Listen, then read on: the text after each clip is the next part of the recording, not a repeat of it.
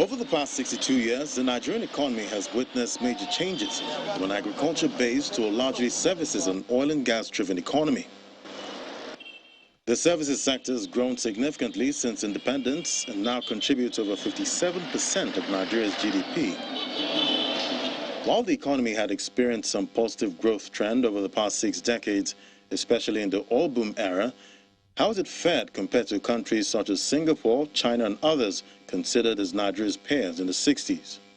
China, for example, was very clear. China had a GDP size of $59 billion. We had $4 billion. The entire country had $4 billion. That was the GDP of Nigeria in 1960. Malaysia had $1.92 billion. Singapore had less than $1 billion. Go forward 62 years. Singapore, the income per head in Nigeria has gone from $93 to $2,225. China has gone from the Chinese income per capita was $90, $90 for one person a year. It's now $10,000. Unlike its peers, Nigeria has been experiencing double-digit inflation since 2016, fueled partly by a weakening naira and structural issues. Inflation has maintained an upward trajectory in recent times, hitting 20.52% in August 2022. Analysts say the central bank's interventions may also be stoking inflation. The CBN had injected over 9 trillion naira into the economy, in addition to offering 2-year moratorium for 10-year long-term loan facilities. The committee believed that these interventions have significantly helped to engender growth. However, in light of the persisting pressures on inflation, the committee encouraged the bank to maintain a close watch on the inflationary implications of these interventions.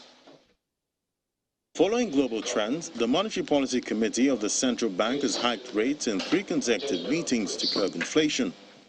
The meeting in September hiked MPR by 150 basis points and CRR to a minimum of 32.5%.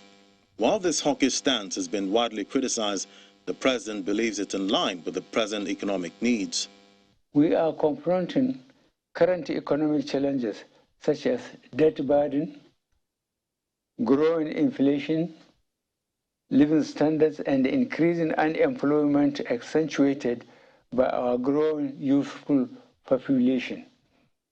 These problems are globally induced, and we would continue to ensure that their negative effects are addressed in our policies. Inflation is not the only macro headwind. The country's debt is also surging, currently exceeding 42 trillion naira and servicing more than revenue. Exchange rate volatility is worsened with an increasing import bill. Some economists are not surprised that economic growth is stunted. Central Bank of Nigeria shared this year that we spent $40 billion to import both education and health. About $28 billion is what we spent on importing education.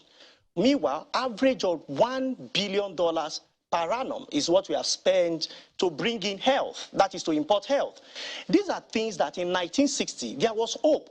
We saw University Teaching Hospital in Ibadan, and we saw some things that leaders of those days were trying to put in place so that we will not continue to deplete our foreign exchange. All hope is not lost, according to economist Bismarck Ruwane, but critical steps need to be taken.